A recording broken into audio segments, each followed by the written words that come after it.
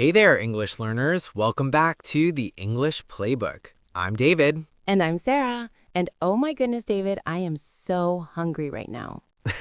Perfect timing, Sarah, because today we're talking all about eating at restaurants. This is episode 26, and trust me, by the end of this episode, you'll be ordering food like a native English speaker. Yes. And you know what? Going to a restaurant is one of those situations where English learners often feel nervous, but it doesn't have to be that way. Absolutely. Whether you're traveling, living in an English-speaking country, or just want to feel more confident, today's episode is going to be super practical. We're going to cover everything from the moment you walk through the door to when you pay the bill and leave. And we've got some great vocabulary, useful phrases, and even some fun stories to share along the way. Plus, we'll teach you how to avoid some common mistakes that could lead to, well, let's just say awkward situations.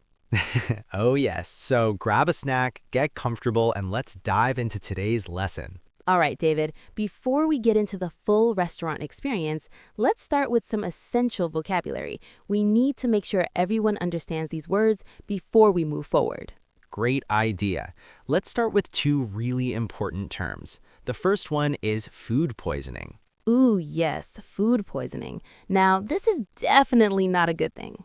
No, not at all. Food poisoning is when you eat bad food, maybe it wasn't cooked properly or maybe it was old, and that food makes you sick. So, you might get a stomachache, feel nauseous, or even worse symptoms. It's really unpleasant. For example, I ate some bad seafood last night and got food poisoning. I was sick for 2 days. Ugh, terrible. Okay, so remember, food poisoning equals getting sick from bad food. The next word is allergic. Right. When you're allergic to something, it means that particular thing makes you sick or causes a bad reaction in your body. Exactly. For example, I'm allergic to peanuts. That means if I eat peanuts, I might have trouble breathing or I might get a rash. Some common food allergies include nuts, seafood, milk, eggs, and gluten. So if you have a food allergy, it's super important to tell the server at a restaurant. Absolutely. You can say, I'm allergic to shellfish, or I have a nut allergy. Good. Now let's move on to some more fun vocabulary. Sarah, what about check out? Oh, I love this one. Check out is such a useful phrase. It basically means to look at something or go see something. Right, like, hey, let's check out that new restaurant downtown. Or have you checked out the new cafe yet? You can also use it for things, not just places. Check out my new phone or check out this cool video. It's very casual and friendly. You'll hear native speakers say this all the time. Definitely. Next up, bistro. Now this is a specific type of restaurant. Yes, a bistro, B-I-S-T-R-O, is usually a small, casual restaurant. It's often French style. The food at a bistro is usually pretty good and the atmosphere is cozy and relaxed. It's not super cheap, but it's not crazy expensive either. It's kind of in the middle. So if someone says, I know a great little bistro, they're talking about a nice small restaurant with good food. Perfect. Now, here's a longer phrase, not all that crazy about. This is such a polite way to say you don't really like something. Exactly. Instead of saying, I don't like Italian food, which sounds kind of harsh, you can say, I'm not all that crazy about Italian food. It softens the message. It's more diplomatic. Here's another example. I'm not all that crazy about waking up early. Or she's not all that crazy about action movies. See? It's a gentle way to express that you're not a fan of something. Love it. Okay, next word, tasty. Tasty. This means delicious, yummy, really good. And here's an interesting thing. In English, we actually use tasty more often than delicious in casual conversation. That's true. If you're eating something good, you'd probably say, this is really tasty, rather than this is delicious. Delicious sounds a bit more formal. Tasty is more natural and conversational. Great point. All right, last phrase for this section. In the mood for. This is so useful. In the mood for means you have a desire or craving for something. Right, like, I'm in the mood for pizza tonight. Or I'm not in the mood for Chinese food. It's about what you feel like doing or eating at that moment. You can also use it for activities, like I'm in the mood for a movie or I'm not in the mood for studying right now. I think a lot of students can relate to that last one. For sure. Okay, so we've covered food poisoning, allergic, checkout, bistro, not all that crazy about, tasty, and in the mood for. Those are going to be super helpful for today's lesson. Everyone, try to remember these. All right, Sarah, I think it's time we act out a little restaurant scenario using all this vocabulary. Ooh, fun. Okay, let's set the scene. David, you and I are friends, and we're trying to decide where to eat dinner. There's another person with us who's going to give recommendations. Perfect. I'll be the friend giving suggestions. Ready? Ready. So, do you two have any plans for the evening? We were thinking of checking out a restaurant in the neighborhood. Do you have any suggestions? Oh, I know this really nice Italian place. The food is fantastic and the decor is beautiful. I'd recommend giving it a try. Actually, I'm not all that crazy about Italian food. I'm in the mood for something a bit lighter. In that case, I know a great little bistro. They make a really tasty seafood platter. The fish is outstanding. It sounds fantastic, but I'm allergic to seafood, so... Okay. Well, let me think. Oh, I know this great little place. It's just a hole in the wall, but they do the most amazing sandwiches. You've got to give them a try. Wait, David, you took me there last time and I got food poisoning, remember? Oops, okay. Maybe we should just order pizza. That was fun. And everyone, notice how we used all that vocabulary naturally in conversation? Exactly. Let's break down some of the key phrases. First, do you have any suggestions? This is a perfect way to ask for recommendations. You could also say, do you have any ideas or do you have any thoughts? Right. And when giving a suggestion, I said I'd recommend giving it a try. That's a very polite way to make a recommendation. I'd recommend is short for I would recommend. Another phrase I used was you've got to give them a try. This is more casual and enthusiastic. You've got to is a contraction of you have got to, but in casual speech, we say you gotta. Exactly. You gotta try this pizza. You gotta see this movie. And notice the pronunciation, not you have got to, but you've gotta, or just you gotta. This makes you sound much more natural and fluent. Also, did you catch when David said hole in the wall? Yes, a hole in the wall is an idiom for a very small, usually cheap restaurant or bar. It might not look fancy from the outside, but the food is often really good. Like a hidden gem. I know this great hole in the wall that serves the best tacos. Love it. All right, so we've covered some great conversational phrases. Let's keep going. Okay, Sarah, let's imagine we've actually decided on a restaurant and now we're walking through the door. What happens first? Great question. So when you arrive at a restaurant, you'll usually see a host or hostess at the front. This is the person who welcomes you and shows you to your table. Right, and the very first thing you should do is greet them politely. You can say hello or good evening. Yes, and then you need to tell them how many people are in your group. This is super important. The magic phrase is a table for number, please. So if you're alone, you say, a table for one, please. If you're with a friend, a table for two, please. If you're with your family, a table for four, please. Simple and effective. Now, sometimes the host might ask you a question. Do you have a reservation? A reservation means you called ahead of time and asked them to save a table for you. If you did make a reservation, you can say, yes, I have a reservation. My name is your name. And if you didn't, just say, no, I don't. Do you have a table available? Perfect. Now, if the restaurant is busy, they might ask you to wait a few minutes. They might say something like, it'll be about 10 minutes, or we'll call you when your table is ready. And when your table is ready, the host will usually say, right this way, or follow me, please. Then they'll take you to your table and give you a menu. They might also say, your server will be with you shortly. That means the waiter or waitress will come to your table soon to take your order. Now, here's a pro tip. If you want a specific seat, you can ask. Exactly. You can say, can we sit by the window? Or is there a table on the patio? Or maybe you want somewhere quiet. Is there a quiet table available? If they can give you what you want, they'll say, yes, of course. If not, they'll politely say, I'm sorry, that area is full right now. No problem. You just take what's available. All right, so let's practice this whole interaction. David, you be the host and I'll be the customer. Great. In character. Good evening. Welcome to the English Bistro. Good evening. A table for two, please. Of course. Do you have a reservation? No, I don't. Do you have a table available? Yes, we do. Right this way, please. Here's your table. Your server will be with you shortly. Thank you so much. Perfect. See how smooth that was? And everyone listening, notice how polite we were. Please and thank you go a long way. Absolutely. Even if your English isn't perfect, being polite and respectful will always help. Now, one more thing before we move on. Sometimes at very casual restaurants like fast food places, there might not be a host. Right. You might just order at a counter or find your own seat. But for sit-down restaurants, this greeting process is pretty standard. And honestly, it's the same in most English-speaking countries, the US, UK, Canada, and Australia. Exactly. So practice these phrases and you'll be all set.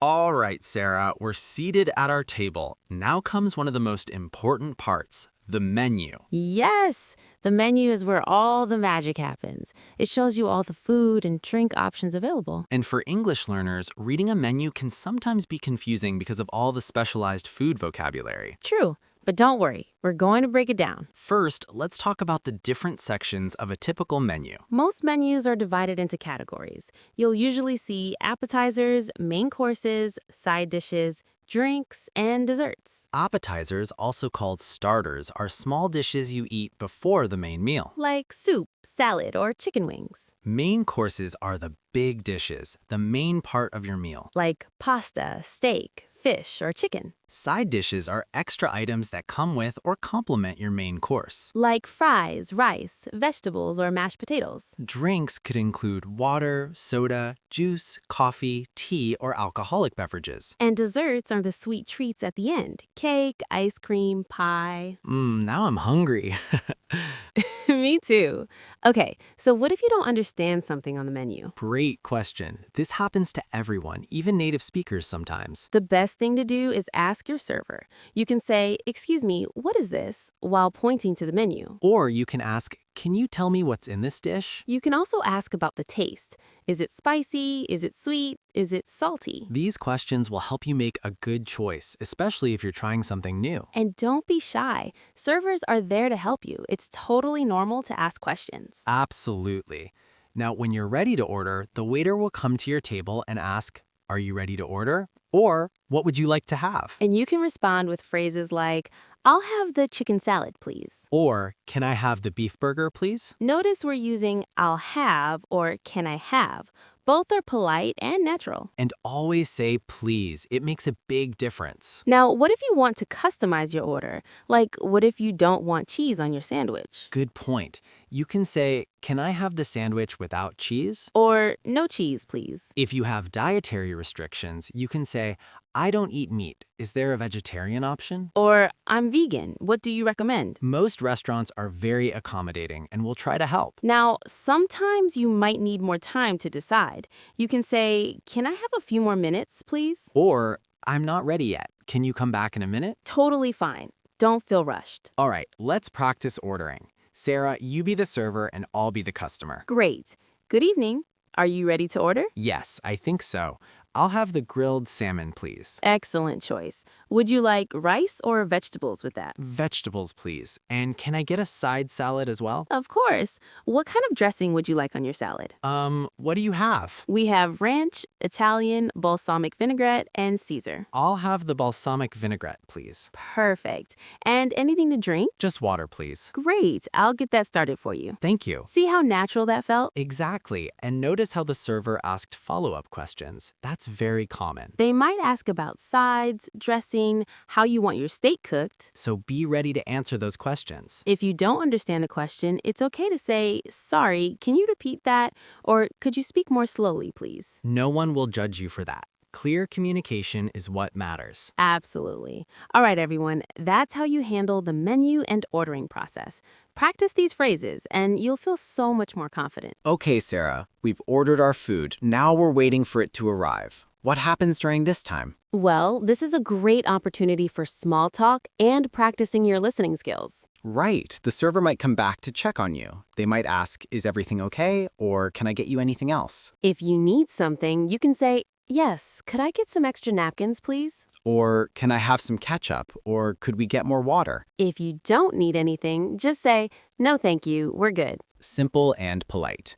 Now, when your food arrives, the server usually says something like, here you go, or enjoy your meal. And you should say, thank you, with a smile. It shows appreciation. But what if there's a problem with your order? Like, what if they brought you the wrong dish? Great question. You need to speak up, but do it politely. You can say, excuse me, I think this is not what I ordered. Or, I asked for no onions. Could you please fix this? The key is to stay calm and polite. Mistakes happen. Exactly. Most servers will be happy to fix the issue. Now, as you're eating, the server will likely come back to check on you. They'll say, how is everything tasting? Or is your meal okay? This is your chance to give feedback. If everything is good, you can say, yes, everything is great, or it's delicious, thank you. If there's a small problem, you can mention it. It's a little too salty, or the food is a bit cold. But again, say it nicely. You're not complaining, you're just giving honest feedback. Right. Now, what if you need something extra during the meal? You can always ask,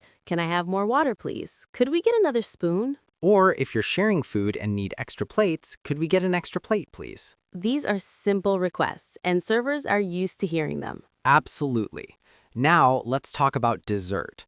Towards the end of your meal, the server might ask, would you like to see the dessert menu? Or they might say, we have chocolate cake, apple pie, and ice cream today. Are you interested? If you want dessert, you can say, yes, I'd love to see the menu. Or what do you recommend? If you're too full, you can say, no thank you, I'm too full. Or, just the check, please. The check is another way to say the bill. We'll talk more about that in a bit. Right. Now, I want to emphasize something important. Talking with your server is not just about ordering and getting food. Exactly. It's about communication, small talk, and building your confidence. You might compliment the food. This soup is delicious, or thank you for your help. These little moments of conversation are so valuable for language learners. They help you practice listening, responding naturally, and using polite language in a real-world setting. And honestly, servers appreciate kind customers who make an effort to communicate clearly. Absolutely. All right, let's do a quick role play. David, you're eating your meal, and I'm the server checking on you. Sounds good. Hi there. How is everything tasting? It's really good, thank you. The salmon is cooked perfectly. I'm so glad to hear that. Can I get you anything else? Actually, could I get some more water, please? Of course, I'll bring that right over.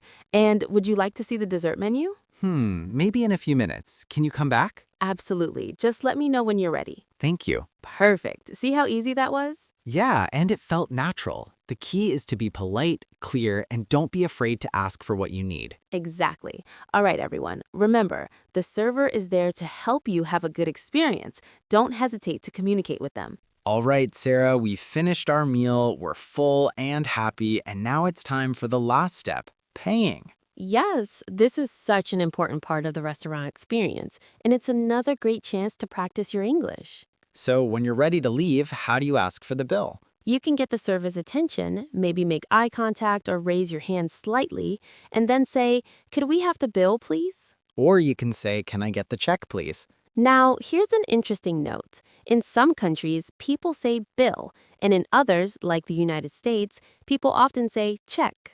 Both words mean the same thing. They're the paper that shows how much you need to pay. Exactly. So don't worry about which word to use. Either one is fine.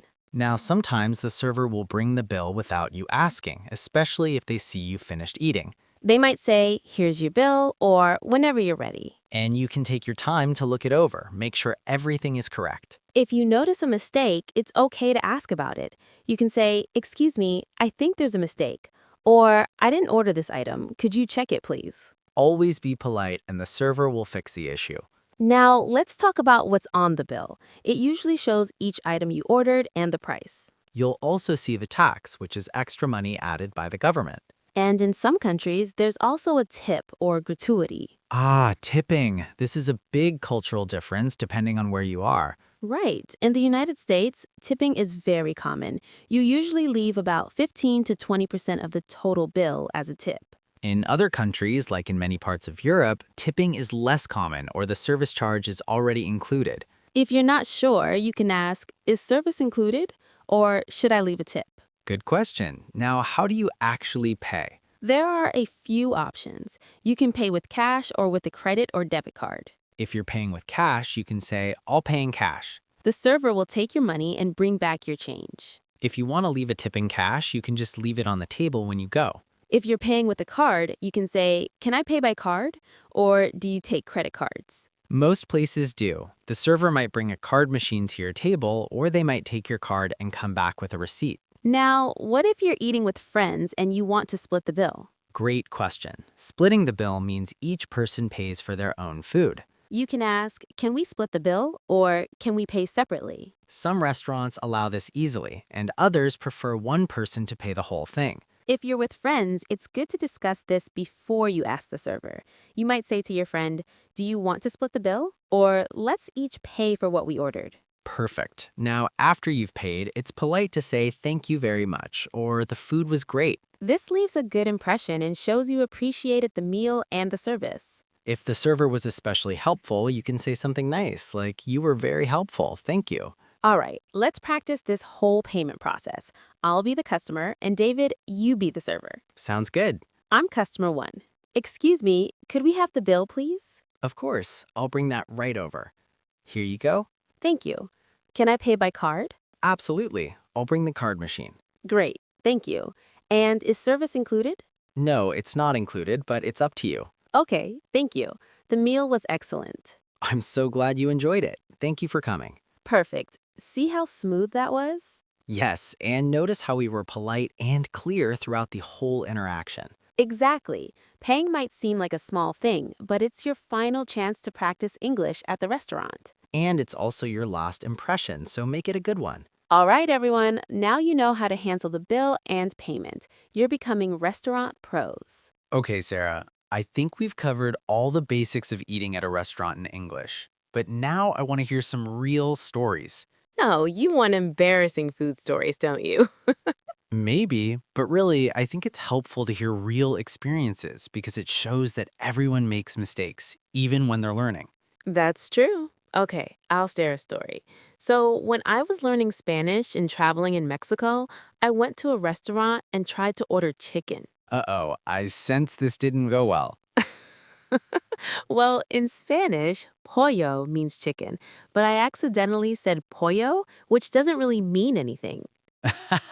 What did the waiter do? He looked so confused, but he was really nice about it. He gently corrected me and brought me my chicken. I was so embarrassed, but I learned from it. That's a great example. It shows that even if you make a mistake, people will usually help you. Exactly. And honestly, most servers in restaurants are very patient with language learners. Absolutely. All right, I have a story too. When I was traveling in France, I tried to ask for water, but I didn't know the French word was eau. Oh no, what did you say? I just pointed at someone else's water glass and said, I want that. Hey, whatever works. Right. It wasn't perfect, but I got my water. Sometimes gestures help when words fail. That's such a good point. Body language can really help with communication. Yes, if you don't know a word, you can point, gesture, or even draw a picture. Absolutely. Now, let's talk about some common mistakes English learners make at restaurants. Good idea. One common mistake is being too direct or forgetting to say please and thank you. Right. In English-speaking cultures, politeness is really important. So always say please when asking for something and thank you when receiving it. Another mistake is using the wrong tense. For example, saying I want chicken instead of I'd like chicken or I'll have chicken. I want sounds a bit demanding. I'd like or I'll have is more polite. Exactly. Another common issue is not speaking loud enough or clearly enough. Yes, restaurants can be noisy, so make sure to speak up. Don't be shy. And if the server doesn't understand you, don't get frustrated. Just try again or say it a different way. Great advice. Now, here's a tip. If you're nervous about speaking English at a restaurant, try practicing at home first. Yes, you can role play with a friend or family member. Pretend they're the server and practice ordering. You can also watch videos of restaurant conversations online and repeat the phrases out loud. The more you practice, the more natural it will feel in a real situation. Absolutely. Now, here's another tip. Don't be afraid to ask questions. If you don't understand something on the menu, ask. Right, servers are there to help you. They'd rather ask your questions than have you order something you don't like. Exactly. And remember, everyone was a beginner once. Even native speakers sometimes need help understanding a menu. True, some restaurant menus are so fancy, even I don't know what half the dishes are. Same. Okay, here's another tip. If you have dietary restrictions or allergies, always mention them clearly. Yes, say something like, I'm allergic to nuts or I don't eat dairy. This is really important for your health and safety. And most restaurants will take this very seriously and help you find something safe to eat. Absolutely. All right, one more tip. Try to enjoy the experience. Yes, don't stress too much about making mistakes. The whole point is to communicate and have a good meal. Exactly. Even if your English isn't perfect, you can still have a great time and learn something new. And every time you go to a restaurant, you're building your confidence and improving your skills. That's right. So be proud of yourself for trying. Well said. All right, everyone, those are some real world tips and stories. We hope they help you feel more prepared and confident. Okay, David, for this next section, I think we should give our listeners some practice exercises they can do at home. Great idea. Learning is all about practice, so let's give them some activities to try. All right, first exercise. Practice introducing yourself to a host. Stand in front of a mirror and say, "Good evening, a table for two, please." Try it with different numbers. A table for one, please. A table for four, please. Practice until it feels natural and confident. Exercise number 2. Practice ordering from a menu. Find a restaurant menu online. It could be from any restaurant. Look at the menu and practice saying, "I'll have the dish name, please." Try different items. I'll have the Caesar salad, please. I'll have the grilled chicken, please. This will help you get comfortable with food vocabulary. Exercise 3. Practice asking questions. Imagine you don't understand something on the menu. Say, "Excuse me, what is this?" Or, "Can you tell me what's in this dish?" Practice asking about taste. Is it spicy? Is it sweet? Great. Exercise 4. Practice making special requests. Say things like, can I have the sandwich without cheese? Or, I'm allergic to nuts. Is this safe? Practice these until they sound smooth and natural. Exercise 5. Practice asking for the bill. Say, could we have the bill, please? Or, can I get the check, please? Practice asking about payment methods. "Can I pay by card?" Or, "Do you take credit cards?" Excellent. Now, here's a fun one. Find a friend or family member and do a full role play. One person is the customer and the other is the server. Go through the whole restaurant experience. Start with arriving and asking for a table, then ordering, then eating, and finally paying. Switch roles so you get to practice both sides. This is such a valuable exercise because it simulates a real situation. And it's fun. You can even make it silly and laugh together. Exactly. The more you practice, the more confident you'll feel. One more exercise. Listen to English restaurant scenes in movies or TV shows. Pay attention to how native speakers interact with servers. Notice their tone, their word choice, their body language. Then try to imitate what you hear. This is called shadowing, and it's a great technique for improving pronunciation and fluency. Absolutely. All right, everyone. Those are some exercises you can do to practice your restaurant English. Take your time with them. Don't rush. The goal is to build confidence. And remember, practice makes progress. Sarah, before we wrap up, I think we should talk a bit about cultural differences in restaurants. Oh, that's such an important topic. Different countries have different customs and expectations. Right. For example, in the United States, tipping is expected. You usually tip 15 to 20% of your bill. But in many European countries, tipping is less common or the service charge is already included. In Japan, tipping is actually considered rude. Wow, yes. So it's really important to know the culture of the place you're visiting. Another difference, in some countries, servers bring the bill automatically. In others, you have to ask for it. In France, for example, the meal is seen as a leisurely experience, so servers won't rush you.